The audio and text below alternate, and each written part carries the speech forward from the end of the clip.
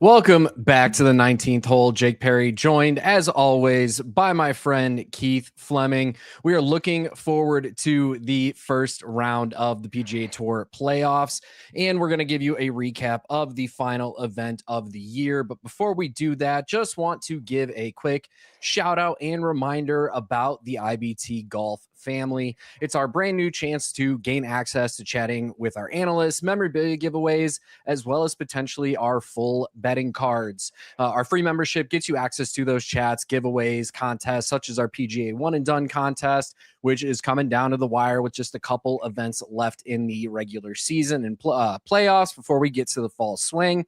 And our upgraded membership for $3.99 a month or $36 for the year gets you full access to our exclusive betting model as well as our full betting cards. The benefits of this don't just include the golf side of things. It includes our football family, which is huge with the NFL season right around the corner for us, the IBT racing family, and the IBT entertainment family, where we're constantly bringing you content on all fronts. So make sure you don't miss out on your chance to join there. You can join for free at in-betweenmedia.com/chat or with the link in the episode description.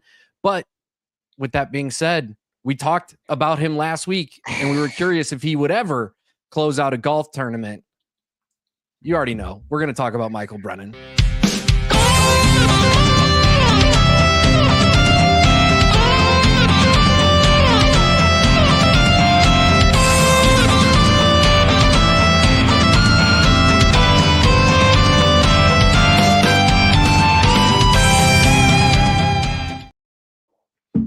Keith, we saw it. We talked about it. We knew what was going to happen. We were like, Michael Brennan can get himself into contention. Can he close on Sunday? In preparation, I had a Michael Brennan is softer than baby duty tweet ready to go. But the man closed out the tournament. I did not have to fire off that tweet. Just the Keith Jinx is alive and well. Hey, if I that's don't what bet them until we see it. Well, we saw it. I'm going to start just talking bad about all of my favorite golfers because I've been on Michael Brennan all year. We talked about him earlier this year. I've written about him a lot in the DFS articles that I do over with Fantasy Alarm. But the man was coming into the season off of a phenomenal end to his PGA Tour America's career. 3 wins and 2 top 5s in his last 6 starts on PGA Tour Americas. Wins his first start on the PGA Tour in the fall swing at the Bank of Utah Championship, and then struggled for a bit. It took him a while to really find his place on tour. He was making a good amount of cuts, just not finishing very well. We saw a lot of, I saw you tweet about it, like his 4th round performance. He's like 150th on. Yeah. Like that's just bad. Just atrocious. So we were wondering when that clutch factor was going to come up. And I think it's fairly safe to say it did this week. Fires a 64 on Sunday to make it a 3-shot win over Bo Hosler. Both of those guys had to win to get into the playoffs, essentially. And get much more clutch than that. Yeah.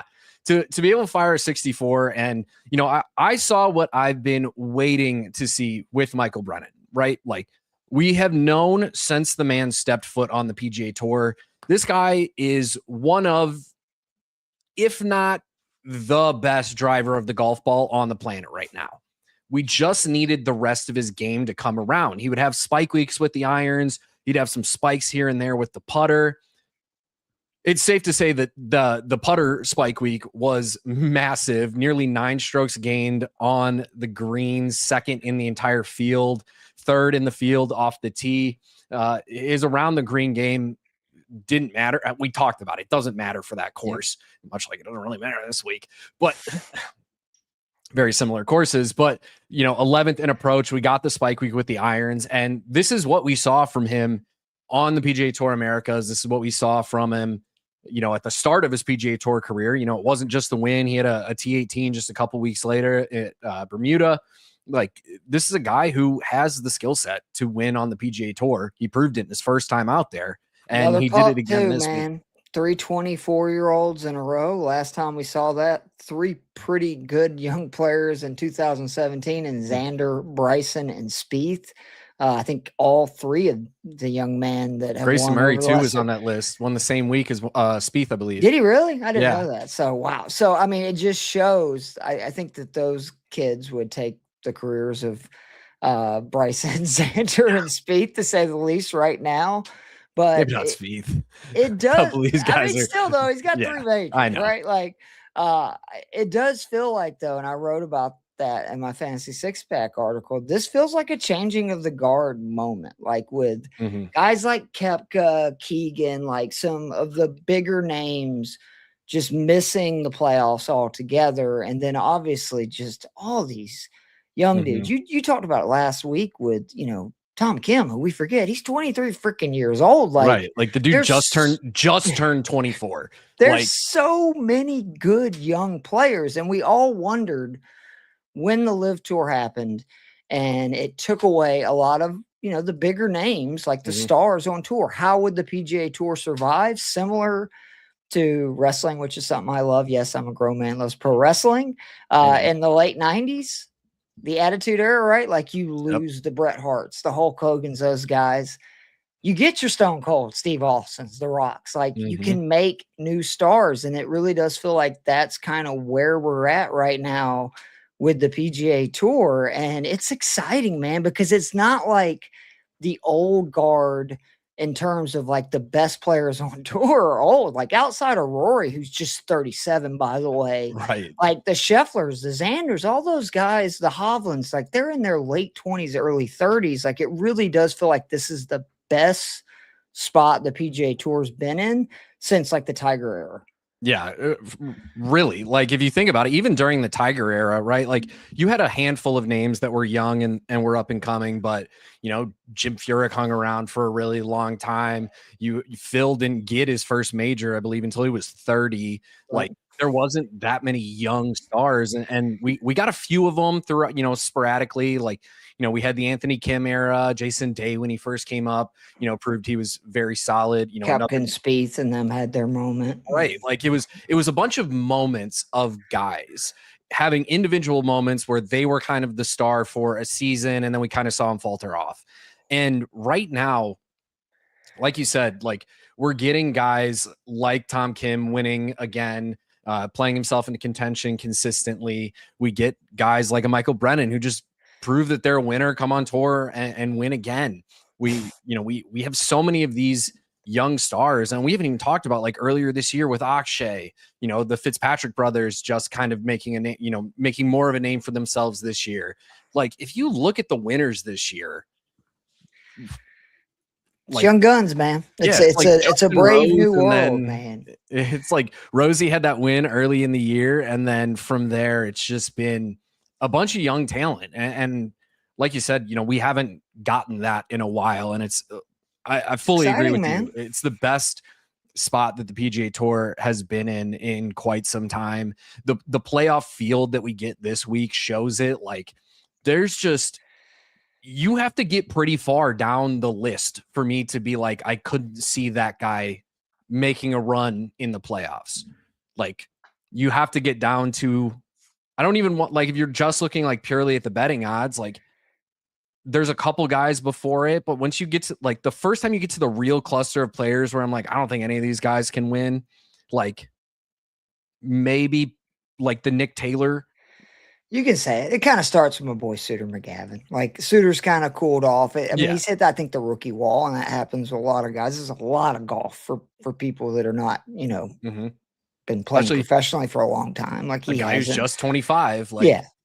But it's just incredible the depth of talent that we see on the PGA Tour right now. And, Brennan is a prime example, going up against a guy in Bo Hosler who's kind of, he's had his moments in his career, but you go through some of the rest of that leaderboard there, like Ben James, a guy pretty fresh out of college, playing himself into there's another young guy that a lot of talent, man. And it's why the PGA Tour hit a real home run with their college program. And they deserve so much credit for it, because it gives these kids reason to compete at a college level. It doesn't make them rush. It's not like if you, win an event and your clock starts right then, right? Like that you have a year where you have full PGA, or 2 years, having full PGA Tour status.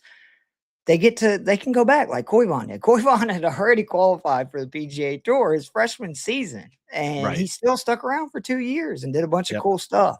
Yeah, it timed up perfectly with the world of NIL that we live in now, where these guys can sign club deals early. They can sign different sponsorship deals and playing at these big schools and knowing that they have more of a pathway on the PGA Tour university side of things, it opens up bigger financial opportunities for him too, younger, because it's like the old way of, all right, you've finished college, now go toil now around go grind and try to go grind mini tours, Monday qualifiers, or like the hell that is the PGA Q school, which, oh my God, sounds like a nightmare. Yeah, the America's Tour, it's an awesome opportunity to a way for players to get their foot in the door, but like if you're a dude who is, I'll use my area for example, middle of nowhere, Illinois, and then you got to go play a bunch of tournaments in South America, follow that up with a handful in America, and then go play a bunch in Canada.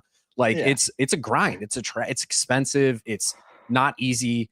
And this opportunity for these guys, like we talked about it. I've talked about it in depth over the last year or so with like the Luke Clanton story and how much his family sacrificed for him. And if it weren't for the PGA Tour like the PGA Tour University route, like he has an opportunity to make an incredible amount of money now versus 15, 20 years ago. The guy would turn pro and like hope to get a couple sponsors exemptions into events, and it's just the tour is in a phenomenal spot. And you can say that with everything going on in live, like we may see some of those talented players come back. We may see some more of the unification of golf. There's been a lot of talk between like about the DP World Tour and then giving the PGA Tour their players.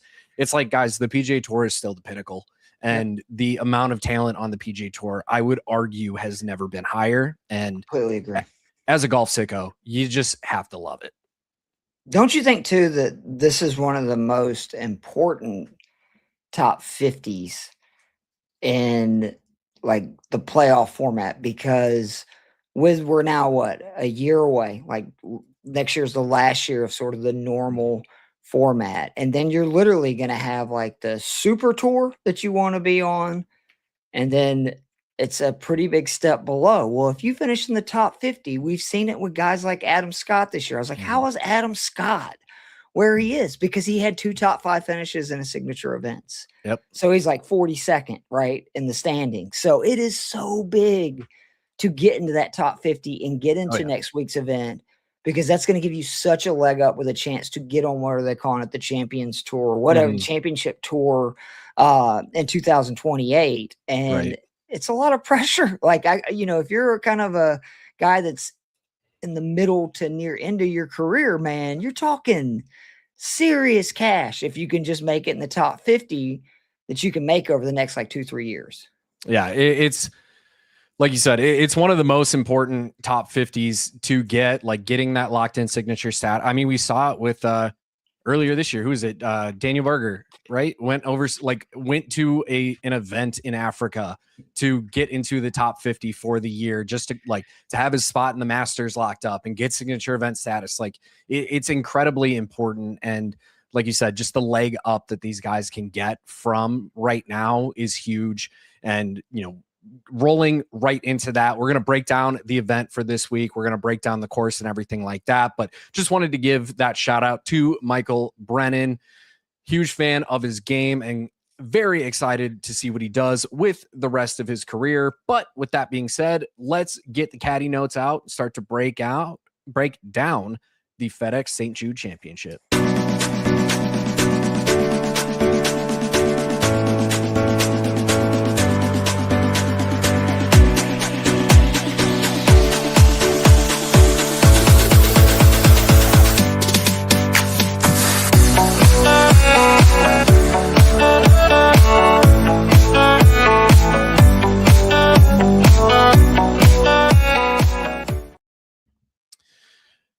TPC Southwind is the host of our FedEx St. Jude Championship this week. If you guys watched last week's episode, which you absolutely should have, you would have heard some great. The hell if you weren't, yeah.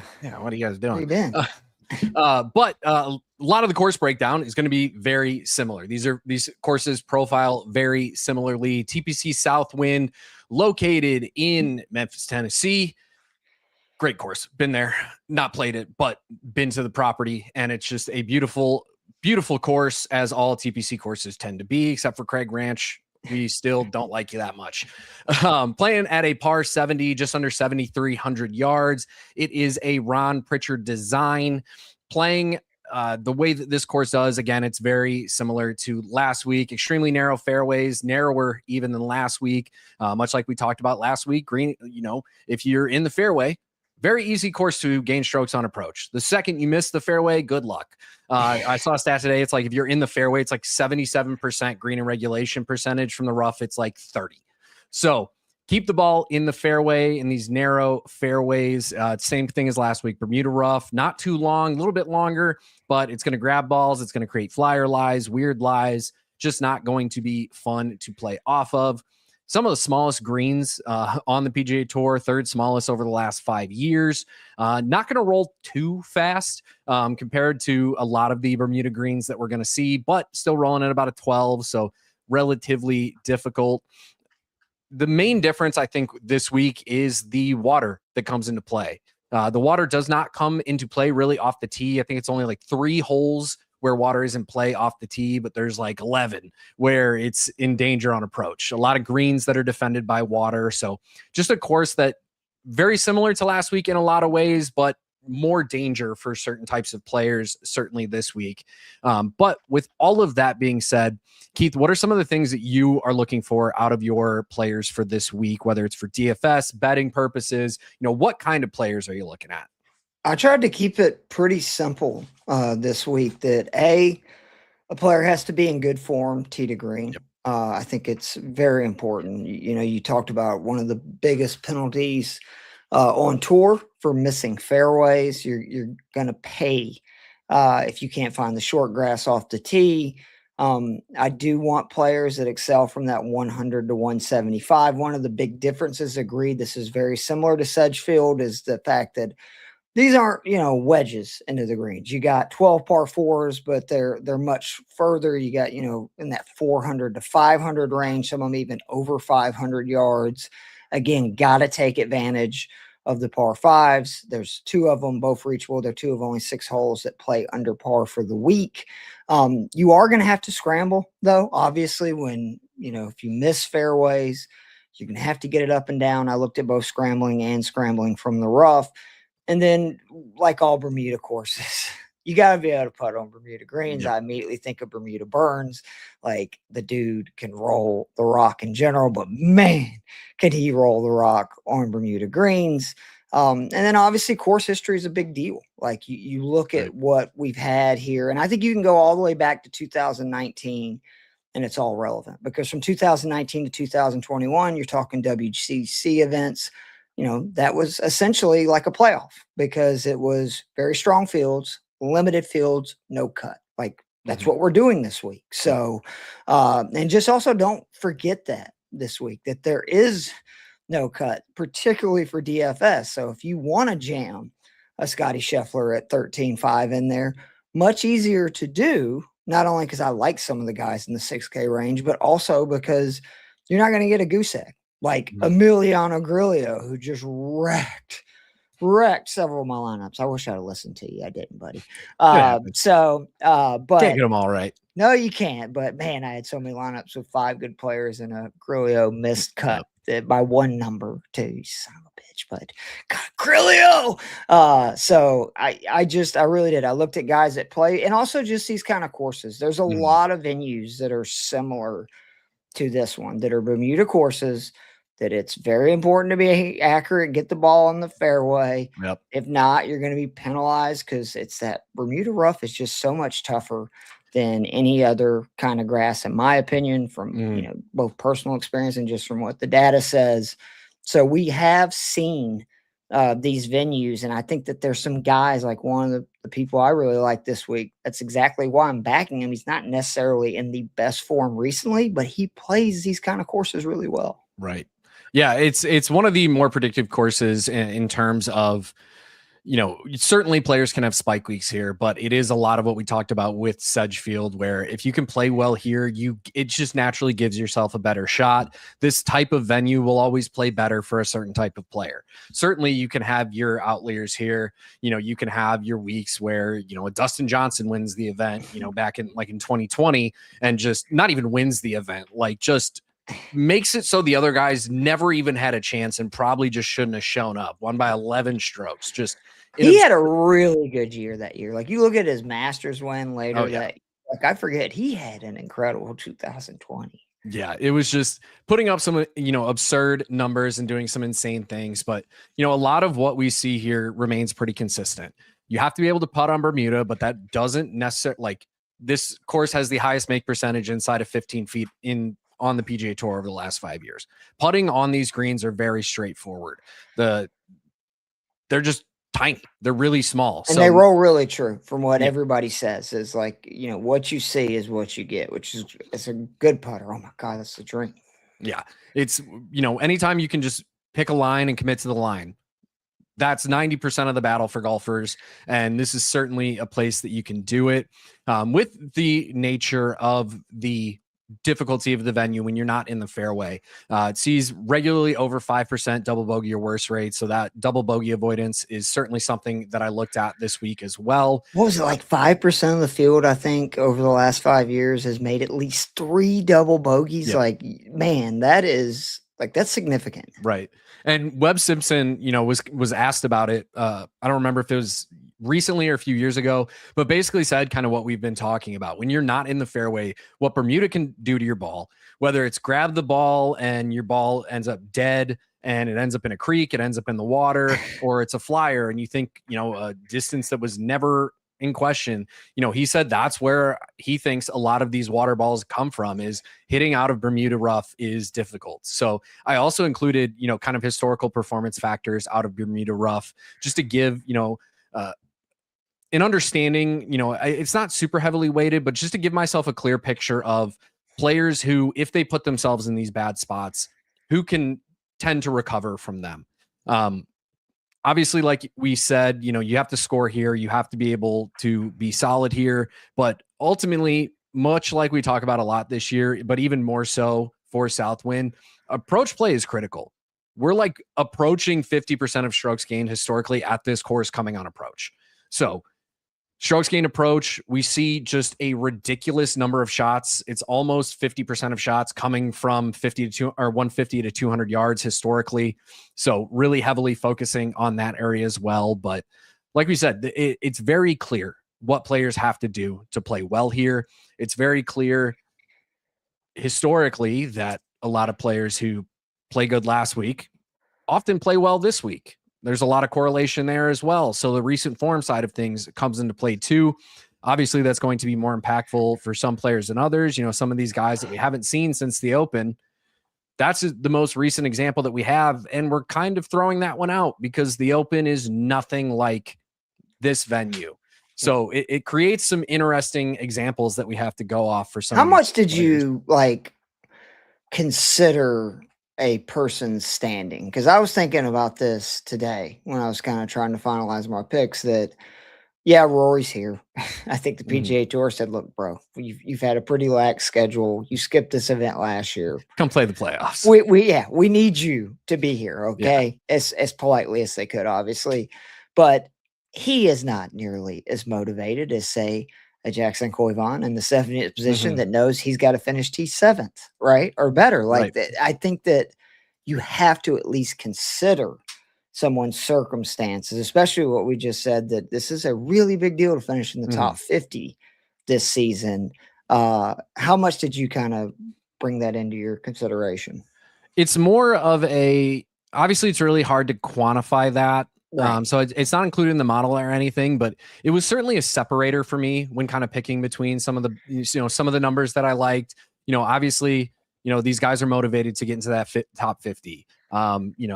I think, like you said, a guy like Koivun, he's proven that he's It took the dude 6 events to get here. He proved he's earned his spot. I think he wants to keep proving that he can, he deserves to be here and wants to get into that top 50. Was 13 events was the least someone had. And I know we haven't been doing the playoffs for forever, but just think about that. I think Tiger had a year where it was only 6. Are we talking about okay, you're talking about going all the way back then, right? Like to the old, okay, yeah. Yeah, well, I'm talking about like the recent playoffs where they do the, down. But I think you're thinking of the year that I believe he won the U.S. Open, maybe, or it was one of those that he won the major. So. He came back late 2019. Was it 19 with the Masters win? Yeah. Yep. Oh, you're right. I forgot that would have been this. So you're right. Yeah. Yeah. So, but like you said, besides him, it's like he's in company with Tiger Woods, right? Like he wants to keep proving that he belongs here. I think for some of the guys who historically have been high performers on the PGA Tour, I'm giving them a little bit of an inherent boost. Like Shane Lowry wants to play next week. He doesn't want to take next week off. I think a guy like Brian Harman kind of doesn't care. Like Brian Harman's like, I'm good. Don't do me. Yeah. Right. I've won a major. I've got PGA Tour status the next still another 3 years. Right. It's more like Spieth that is important though. It's crazy as it is to say, because a lot of his, guaranteed status and stuff, they're running out. He only is here because of sponsorship exemptions. Right. Like, and those are going away. So he's, a guy like him is extremely motivated. So certainly something I considered, but only when I'm kind of in between two guys at a similar price. I'm not overly investing in it. I think Scottie Scheffler wants to win this tournament as much as he wanted to win a golf tournament all year, whether he's first by a mile or not. So, it certainly comes into play. I think for the younger guys, probably a bit of more of a motivating factor. And then for some of the older players on tour, probably a bit of a motivator for them as well. But with that being said, let's start to look at the guys that we like this week, as well as our field as a whole.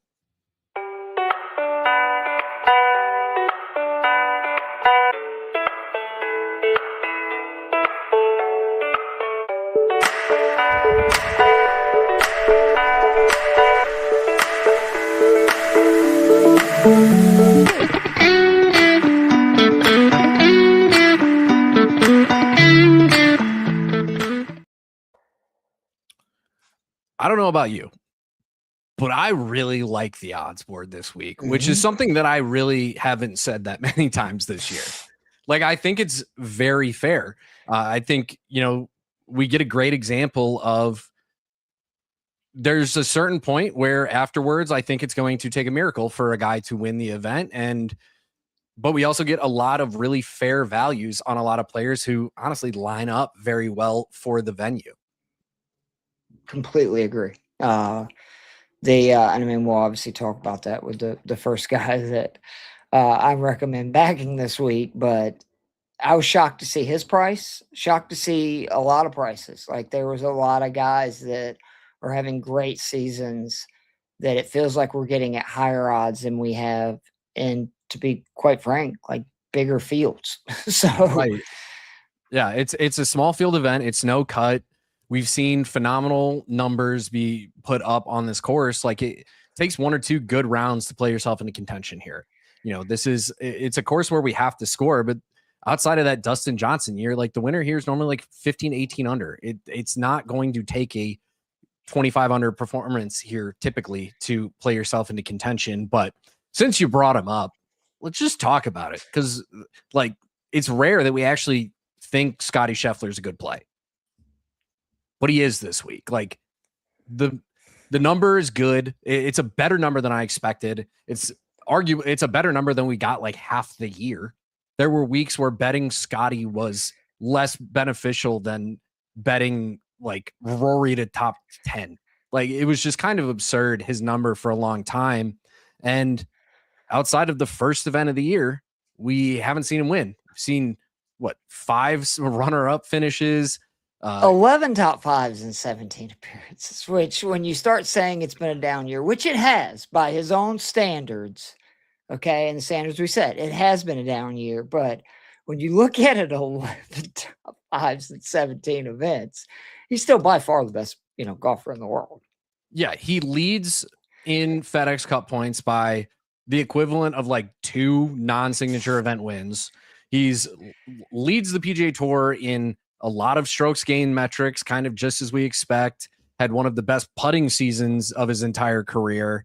Like, just on paper, like, yeah, it's a disappointment, but when you have a year where you win 9 times, if you count the Olympics, follow that up with a year where you win 6 times, like the dude won 15 times in the 2 years prior to this. So yeah, 1 win feels disappointing, but like I guarantee Scottie's bank account looks pretty good still. His accountant's probably happy. His financial advisors are chilling. His caddy's vibing. Like it's Scottie, right? And he's mad as hell and hungry is what I really like about it. Like you can see he's such a competitor. He's not winning. He is such a competitor. Like you can see it oozing out of him. How frustrated he is, despite again 11 top 5s and 17 times teeing it up this year. Like he wants to be winning. That's good for him. I actually got him at plus 550 at the beginning of the week at FanDuel. Perfect. So that means that other people have been on the same path that I was. That oh wait a minute, I just honestly it's a deal where I looked at it. I had to get, like 3-1 odds and majors and stuff with way bigger fields on venues that he hasn't finished top 5 each of the last 2 years. And quite frankly, this course just sets up so well for him because you got to get the ball in the fairway. There may be no better driver of the golf ball than Scottie Scheffler week in and week out, which is whether you want to look at strokes getting off the tee, driving accuracy, total driving. He's good at all that. Obviously, the iron game is not where it's been, but that kind of 150 to 200 is still kind of the strength of his game, even though, obviously outside of the wedges, but they're all good with their wedges. And he's still the best scrambler on tour. So if you're talking about, well, if you miss the fairway, you got to get it up and down. Dude's literally first on tour in scrambling. More importantly, 5th in scrambling from the rough, which there is a lot of rough around these greens. But real quickly, because I saw Sid, and I love it when we get people to ask questions. Top 10 play. You got one right off the dome? Because I got a guy that I do really like top 10 that I did not even really consider to bet outright. Yeah, I have 2. One that I am betting outright, so I'll save that for a little bit later, Sid. Okay. But Tommy Fleetwood, like on paper, he's let me get the exact number here. I've got him 6th in my model. Like the dude sets up for the course extremely well. Like the question mark really on his game from a statistical profile is his approach hasn't been as good as it has been at points in his career. And he's still having like an incredible year on approach. This is a guy who's top 5 tier 3 different times, including last year. And I think there's a legitimate argument that in a lot of ways, this year was just as solid of a season as last year's was. And this started, I feel like this is what caused his win 2 weeks later Tour Championship too. Like I know he lost that playoff to Rose, but he was so freaking good in this event last, like just so good. I also love a guy again with a ridiculous track record. He's got a win and a runner-up in the last 4 years here. He's playing great golf entering this week, and you're getting him at almost 3-1, and that's Hideki. Yep. Just the top 10 was like the perfect number for. I almost bet him to top 5, but I'm like, man, this is a really strong field. A lot of those like top 5s and top 10s he's had over the last couple of weeks, good fields, but not like this kind of field. This field, right? But you're getting almost 3-1 to top 10 in a venue. He obviously loves it, suits his game perfectly. And if he continues to make putts, which he has been the last couple of weeks, I'll take Hideki to top 10 just about anywhere. Yeah, I a lot of the guys that like on paper we would bet to finish in the top 10, it would be shocking for almost any of them to not finish in the top 10. The reason I made you wait just a second, Sid, is because I'm backing this guy outright this week. Ooh, Sam Burns, 22-1. Bermuda Burns. I am not a Sam Burns guy. Let me make that clear. I'm not a very big Sam Burns guy. But when I can get a guy who's entering this event in the form that he is entering it in, I have to. right? Like he's been so close so recently. The US Open, the last 3 events that the guys played, 2 of them are majors. In both of the majors, he finished in the top 3. Past that, a T12 at the Travelers, and then before that, a T20 at the Canadian Open and a T4 at Memorial. On the back of his irons came back. He found the iron swing again. And Sam Burns, we know him to be one of the better putters on the PGA Tour. And when the iron swing comes around with him, it's hard to ignore it. Over his last 24 rounds, he's second in the field in strokes gained total. He is top 12 in bogey avoidance. He's top 4 in ball striking. Like there's just so much about the profile. It's just green throughout. Like you said, Bermuda burns. We know the history that this man has on Bermuda greens. It's a strength of his already with the putter. He's historically played above field average out of the rough in terms of Bermuda as well. I'm going with the outright. Like he's probably going to be a full ladder for me when, you're getting, minus money on him to top 20, but you're getting 2-1 for him to top 10. You're getting, 4.5-1 to top 5 and getting 22-1 for the outright on him. I'm going to ride the wave. I know an approach here too, in course history. Like, and to your point, that's the deal with Burns. When his irons game's on, I take him just about anywhere. Yep. And there's a legitimate argument that he's having the best stretch of iron play of his entire career. And I think there's an argument. I mean, it's not even a frickin' question. Wow. We're talking about a guy like in 4 of his last 5 events, he's at or above 5.5 strokes gained on approach, which is a stretch of golf that he has not really ever had. He normally gets like 3 or 4 good events in a row where he's gaining, but not a ton.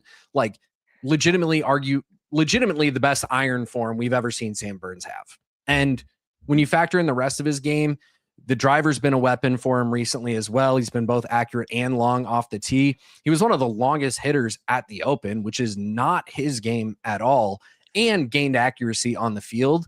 Like when a man just has this much confidence over a golf ball, I'm just going to bet him. Even if it's not necessarily the right move, I'm going to do it because I can, and you can't stop me.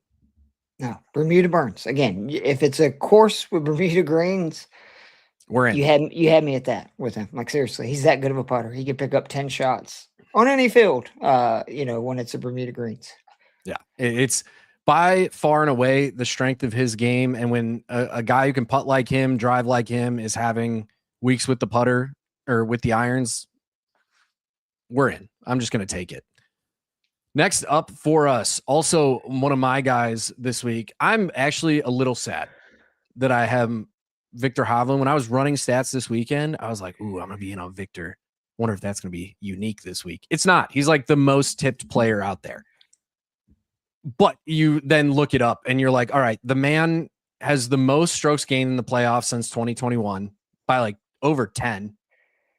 So the man, you get him in this time of the year, he just plays phenomenal golf. And then you just look at the form. Like Viktor lost the irons for a long time. Like was working with some on the range. He lost the irons too. Some of the stuff, contraptions and stuff he was trying. The man was struggling. He is second in the field over the last 24 rounds on approach from 150 to 200. He is the 11th ranked ball striker that I have in the field. He's 15th in good drive percentage. His bogey avoidance is good. His double bogey avoidance is top 20. Like 12th in approach overall. I can't find a reason to fade Hovland. If you could, he's not historically been the best player out of Bermuda rough, but he's also hitting it off the tee as accurately as he ever has. If you find fairways, you don't have to worry about that.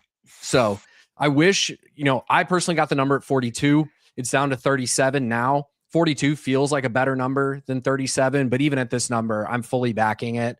And he's another guy where a ladder play just makes a ton of sense. You're getting him currently 37-1 to win. To top 5, you're getting him 7.25 to win to top 5. You're getting him 3-1 to top 10. You're actually getting plus money on him to top 20. Like this is just a full ladder play for me, and I might even throw a first round leader play out there for him as well. Like the game just fits the venue so well. and a guy who's got multiple top 20s here, and even, pulled in a runner-up finish in 2024, almost was able to chase down Hideki and Xander. Both of them really had phenomenal rounds. Really, Xander had a phenomenal round to get himself into second. Hideki got through his Sunday with a win, but just the history here, very strong player, back in form, has a win this year at the Travelers. Like, it's just a no-brainer for me. 100% cosign. Easy peasy. We love it. Next up, I knew Keith was going to write about this guy before he sent me his plays for the week. Russell Henley, 40-1.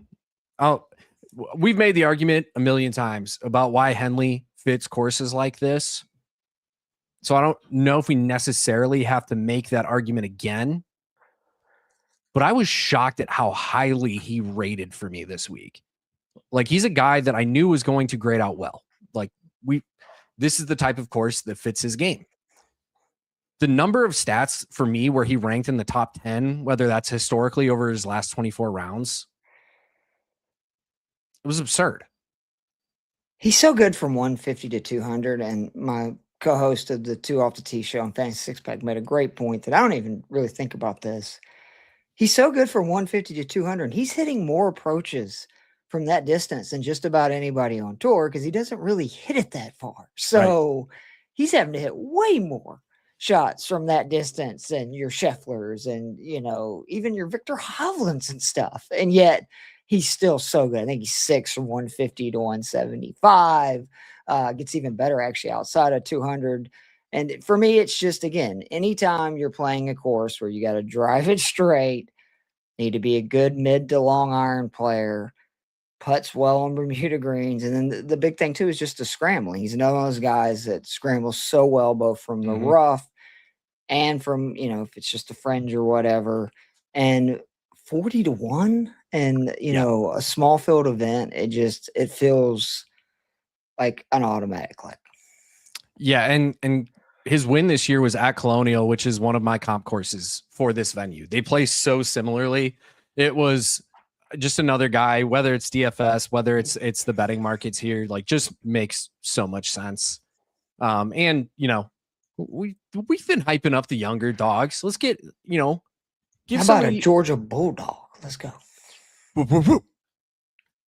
It's opposite of a Georgia Bulldog and Auburn Tiger. War Eagle. But hey, Jackson Koivun 41-1. I mean, we talked about why we're in on him last week. We talked about how similar that this course is to what we saw last week. Does it really surprise anybody that we're back on him again? This is a team ride, by the way. Like, both of us, not really a question. He's got to putt better on Bermuda, but hey, I'll take a shot. The dude won on his third start as a professional on tour. I'm going to take a chance here. And as we talked about, a guy who's motivated to continue to prove that he belongs on the PGA Tour. Yeah, he's just one of 5 players above average in weighted putting, strokes gained tee to green, strokes gained approach, fairways gained, and scrambling gained. Your boy Sam Burns is on that list. Tommy Fleetwood, Chris Scott are up. Ricky Fowler, kind of a surprising name you might not expect. And he's one of just 7 players who is actually, I know he's got to putt better on Bermuda, but he is top 25 in this field in putting on Bermuda. So, like, that's again, I keep saying that's his superpower, is he's such a good freaking putter, man. And that the rest of that list is Fitz, Cam Young, Oberg, Fleetwood, Hovland, Burns. He's getting the best odds out of any of those guys. So, oh, and by the way, he knows that he needs a T7, right? Like, he knows I've got to finish 7th or better. And his President's Cup may also be riding on it, which he has said openly. And this is, again, what I love about this kid. I didn't realize he was the one that went to Snedeker and said, hey, man, can I play a practice round with you? I want to show you up close what I can do, what I got. Yep. And it just shows he wants this. And it makes me like him even more. Yeah. And, I talk about he's got to putt better. And from a strokes gain perspective, he's, like Keith said, well above field average in terms of strokes gain putting on Bermuda. It's not a grass that fits a lot of people really well. We've got some guys in here that we've liked a lot this year guys that I even like this week in like a Colin Morikawa, a Hideki, a JJ Spawn is kind of a sneaky DFS play for me. These guys don't putt well on Bermuda. They're below average in this field in terms of what they can do on Bermuda. Siwoo Kim arguably could be a top 5 player for me this week if it weren't for the fact that he's a bad Bermuda putter. He's 63rd in a 69 player field in putting on Bermuda. Like that's not good. So, if he can just, we don't need him to gain 12 strokes with the putter. We need him to gain 4, 3. But he could gain 12, right? Right? Like, I feel like he has that kind of, and the other big thing too is just like the last 16 round strokes gained tee to green. Only Kim, Scheffler, Hideki, Burns, Young, Thorbenson are gaining more strokes than this young man who's just made his first 5 starts. That's ahead of Hovland and the Fitz bros, who we know are striking it very well. He's special, man. And we want, like, I know me and you both are rooting. We want him to, if he doesn't win, to at least finish top 7, so we get to see him again next week. Absolutely. It's a great play, a great player. And, speaking of another great play, great player, 24. What about a guy who just won last week? Michael Brennan, 59-1. I had to watch Lucas Glover win the Wyndham and then go win the FedEx. Yep. And Michael Brennan has more talent now than Lucas Glover has ever showed to have as a professional player. I don't like Lucas Glover. I've made that very clear. And I don't even think that's a slight to Glover. I think that's a plus to Brennan. Is it the giant dip in his mouth? Is it the sweat stains on his pants? What is it about your dislike for Glover? I think he's trying to cling on to a relevancy that doesn't matter for him. Mike and I talked about it. You're talking about like his comments and stuff. Dude, aim point isn't the problem. It's not like putting is. It's not like players are taking a long time. Like players are just taking a long time. Aim point's fine. We get it. You don't understand it. Yeah, use your eyes. You use this magical thing called feel. The same thing you use on every golf swing. He just hates putting in general because he's somebody who has lived off of being, an incredible ball striker. Yeah. Mike and I talked about it on a show, like the fact that his name is Glover and he doesn't wear a glove. Like that feels like something that somebody told him would be funny 20-some years ago. And he's like, I'm going to do that. Yeah. I'm not on that hill. The dip, I used to dip. I use pouches like that. I don't care about. I'm a sweaty guy. I don't like that stuff. I don't care about. It's I wish he would just shut up a lot, and he doesn't. And he's just not a fun golfer to watch play. Like there's nothing like my favorite part about watching Lucas Glover is watching him implode on greens. Like he's just not an exciting guy, but Michael Brennan is absolutely an exciting guy. Like we talked about, just one of the best drivers of the golf ball on the planet. He's got the scoring numbers. He's got the ball striking numbers this week. He's top 5 in both of those metrics. He's top 10 total strokes gained over the last 24 rounds, top 20 in the approach numbers that I'm looking at. He's top 25 out of Bermuda rough, which is going to come into play if he can't necessarily keep it in the fairway, which projects to be the biggest issue for him here. And while the bogey avoidance numbers aren't the best, I just trust the game. And there's a strong correlation between performing well at Sedgefield and then coming over here and performing well. The guy just won the freaking tournament. There's a lot of guys that I think can be the guy who had the great performance last week and come here and perform well again. I'm not talking about Tom Kim this week because I've talked about him at length.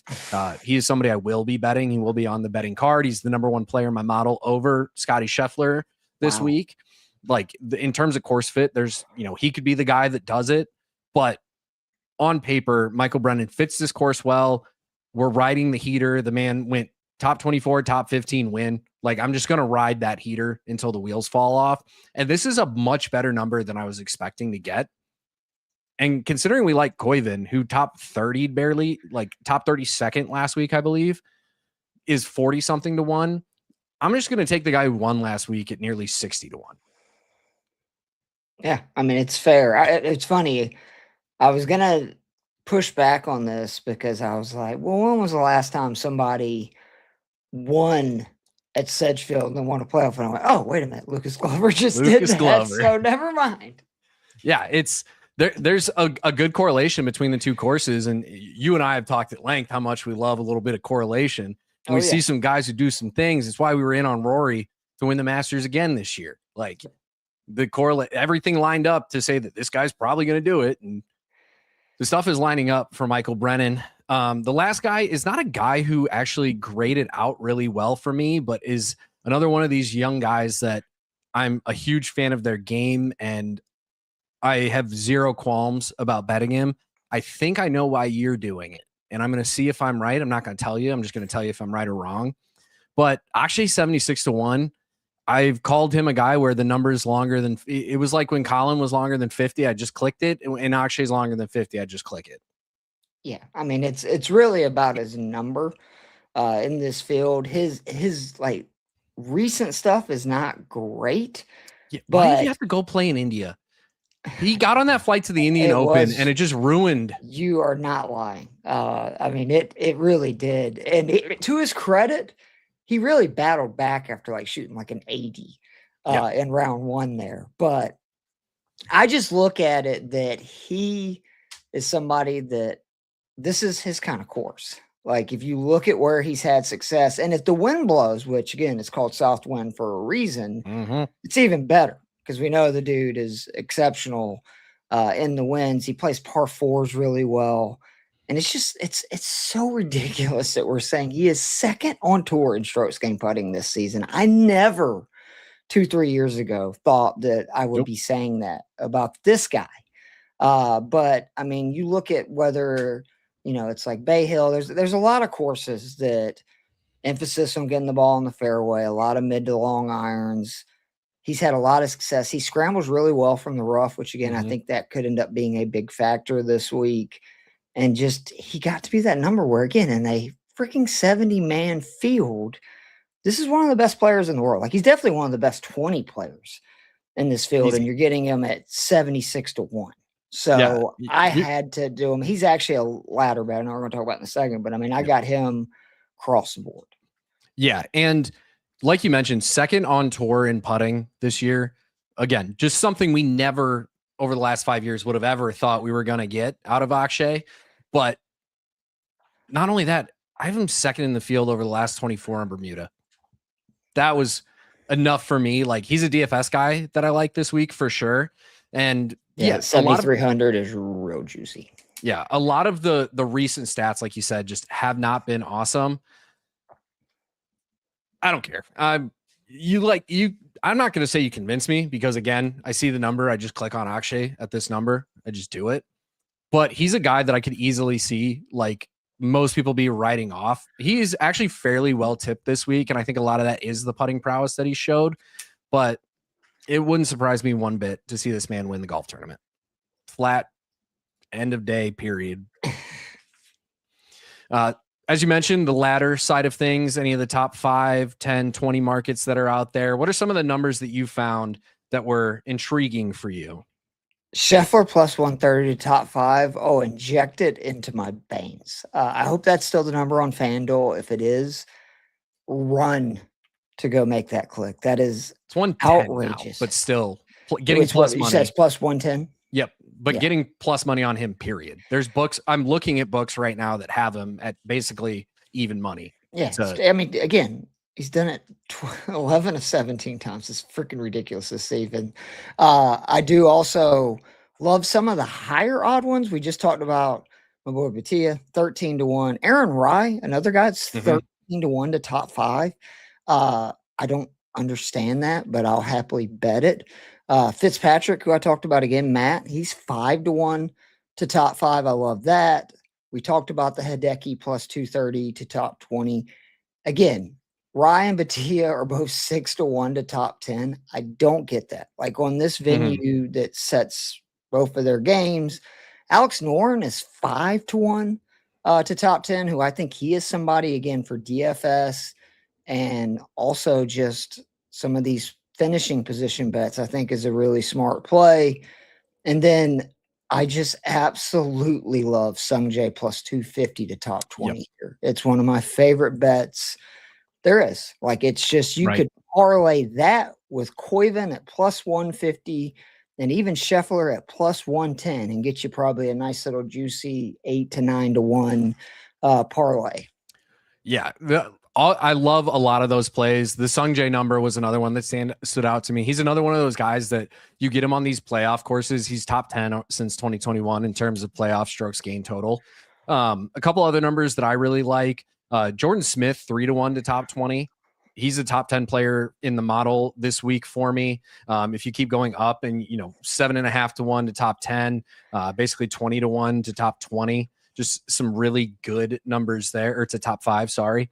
Some of the other, top 5 numbers that I really like, I don't think he can necessarily win the event, but I could very much see Siwoo top 5ing, and you're getting that at 7 to 1. Another guy that I could see performing really, really well here, and this is more on like the long shot side of things. Like if the outright number was better, I would have gone this route. Ricky is 11 to 1 to top 5. And even if you're not that confident in him, he's 5 to 1 to top 10. A guy who lines up better than you would expect for this course and for this venue. And then he's one of those only 5 players.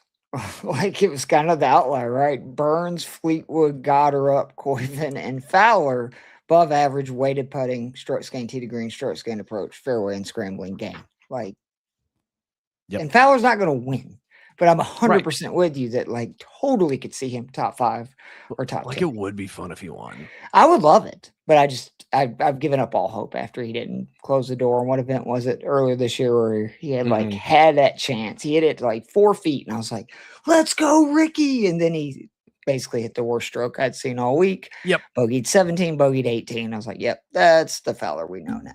Yep. And then one other guy who it's going to take things to go right, just like the recent performance since his return from injury hasn't been great. But Jake Knapp plus 270 on FanDuel to top 20, 6.5 to 1 on FanDuel, 6.6 to 1 on DraftKings to top 10, 16 to 1 to top 5 here. Not a guy, I was going to say not a guy that I'm going to outright, but 94 to 1 on DraftKings. That number's good. I might throw it like, and he's got to be healthy now, right? Like he hasn't played but like once or twice in the last 4 months. He T13'd at the 3M and then missed cut at the Rocket. Oh, he did play at the Rocket. That's right. But after his return from injury, there was like no parts of his game that were giving us hope. The putter's, been a plus club for him in his last couple starts. Great performance with the irons at the 3M. The driver is back. That's another young guy, by the way, that it's like all the talent in the world. We think he's young. He's 32. He's about my age. I did not know that. Yeah, he's the quintessential, like, grinded the Americas Tour, was like a 6-year Corn Ferry Tour guy. I like him even more. Yeah, just a grinder. I wish he had a better club sponsor than PXG, but that's a different conversation for another day. What a golf swing, man. Yeah, the swing is just butter. And again, things have to go right just based off the recent performance. But we're talking about a guy who like didn't finish outside the top 12 except at the Players in his first 8 starts of the year. And he's a really good putter too. Like, just that's a fact that they think of the distance and everything. And I get that because he hits at a freaking country mile, but he is a legit, like, really good putter. Yeah, I have him, where to go? 5th in the field, strokes gained putting on Bermuda over the last 24 rounds on Bermuda. We like that number. We're just going to take advantage of that. But that is all of our plays for the week here. But before we head out, we've got some time this week. Let's get a lineup going over on FantasySpin. Spin, pick, win.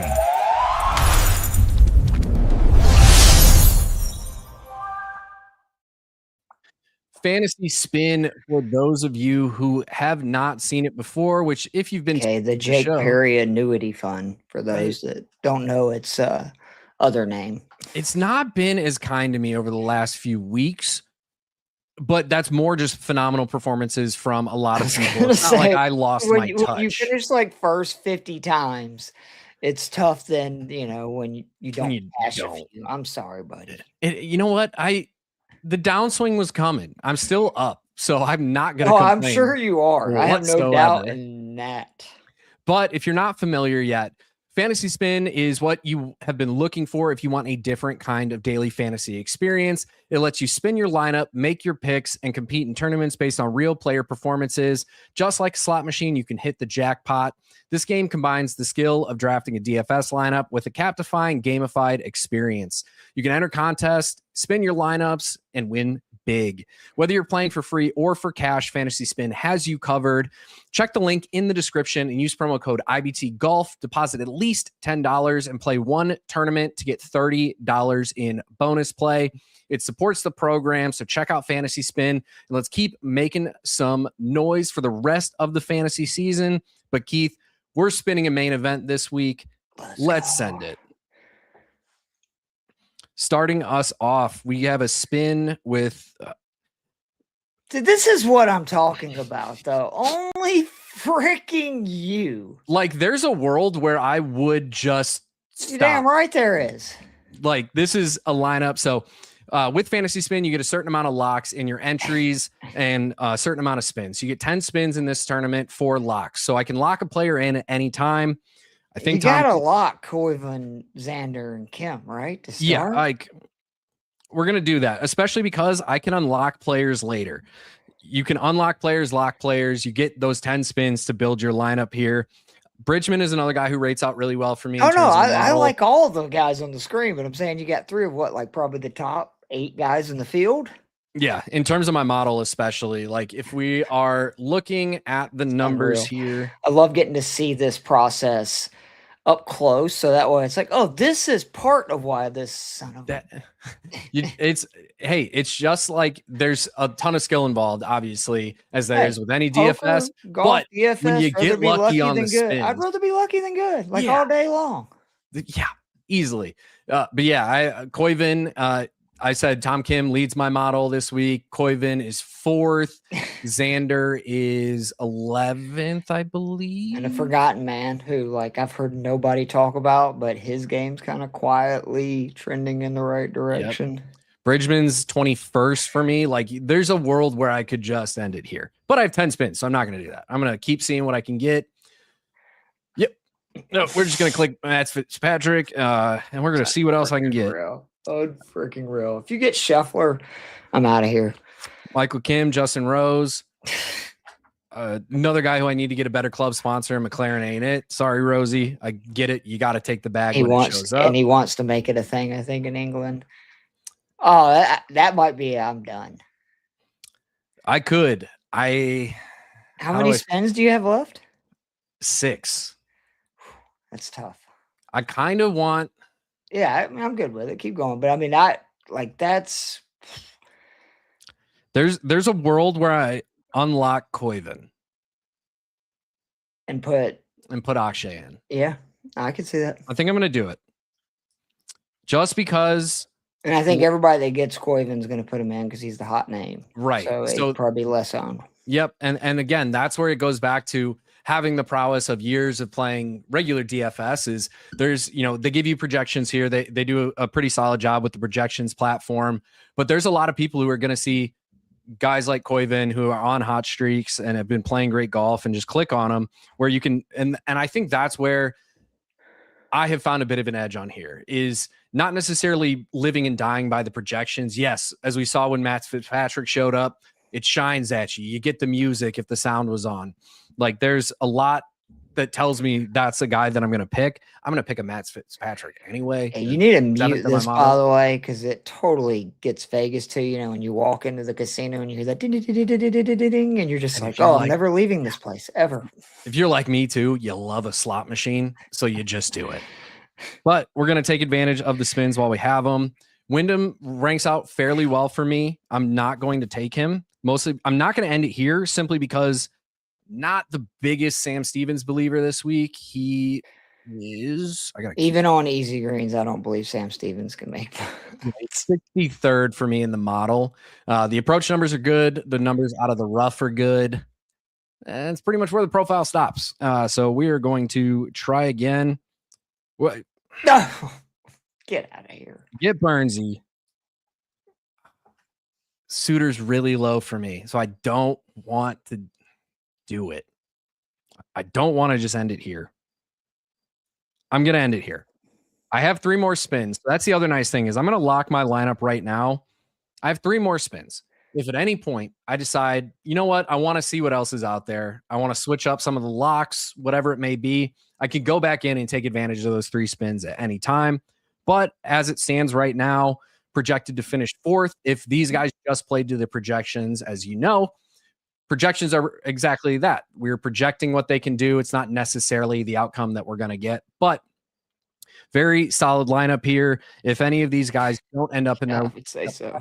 which is another thing I love about FantasySpin. If they don't end up playing, you get their projection regardless. So very happy with this lineup here. So again, check out FantasySpin, use code IBT Golf, deposit those $10 and get that deposit match. But that is it for us over at the 19th hole this week. Thank you guys for tuning in. We appreciate every single one of you.